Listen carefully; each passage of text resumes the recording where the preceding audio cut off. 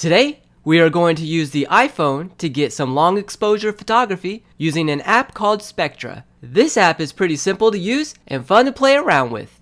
I wanted to see what type of long exposure photos I could get using crowds of people. So, here we are at Disney, where there are plenty of people to try this on. The first thing I wanted to try photographing are the water fountains. I wanted to see if I could get that silky smooth water from this app that photographers get from long shutter speed photography. And yes, it does a great job.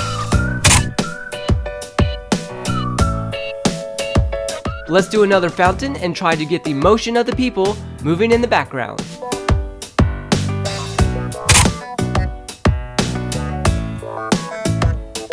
This next photo, I wanted to get even more moving people in the background.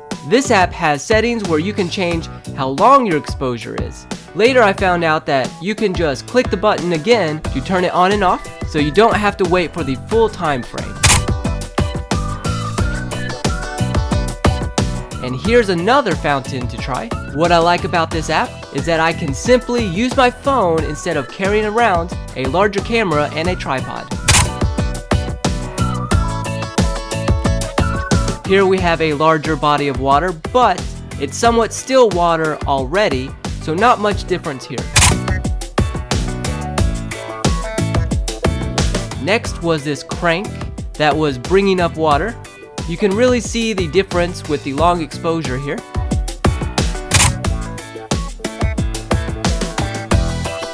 Next, I wanted to try to capture people moving, but also someone standing still, so this directory was a good spot to try that.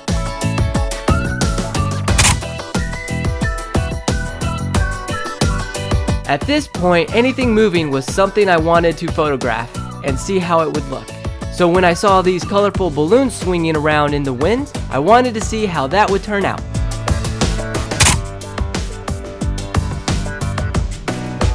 These musicians gave a good mixture of movement and stillness. This turned out to be my favorite photo. I like using this app because I can take photos of people in a more artistic way without having them be recognizable in my photos.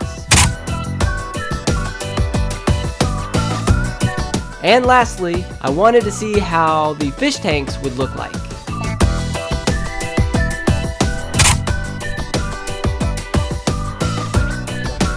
Alright, let's take a look at how we did. I would say my favorites are number 8 because of the color and the framing of the balloons, and number 9 because it looks like street photography, which I don't do much of. So which photo do you like most? Vote by leaving a comment below. Thanks for watching!